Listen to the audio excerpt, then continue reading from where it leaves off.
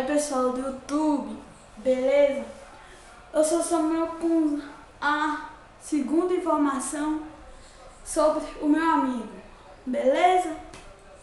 Eu tô com o segundo episódio pra vocês estarem aí raciocinando aí, usando as suas mentes pra tentar descobrir quem é meu amigo, beleza?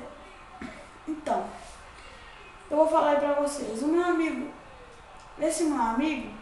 ele gosta de mim demais, pessoal, vocês não entendem.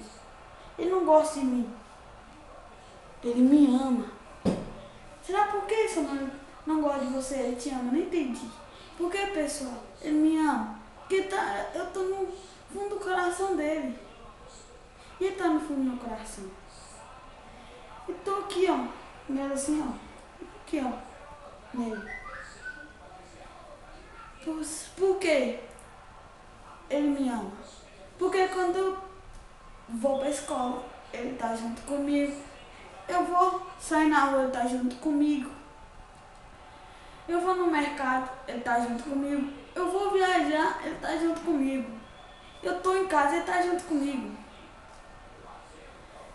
Aí tá aí o segundo episódio aí pra vocês. Aí fica ligadinhos aí no meu canal, se inscreve aí pra vocês ficarem sabendo sobre o terceiro episódio, sobre meu amigo secreto.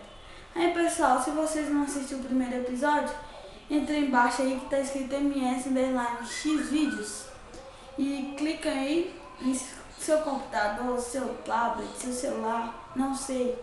Clica aí e vocês vão ver lá Amigo Secreto, temporada 1, episódio 1. E vocês vão estar assistindo aí o primeiro episódio sobre meu amigo, beleza? Então tá aí pra vocês. E deixe seu like aí se vocês gostaram, sua curtida, ó. Beleza? E comentem aí. Aí comentem aí mais ou menos na base que vocês acham que é, beleza? Então até o próximo vídeo. Falou!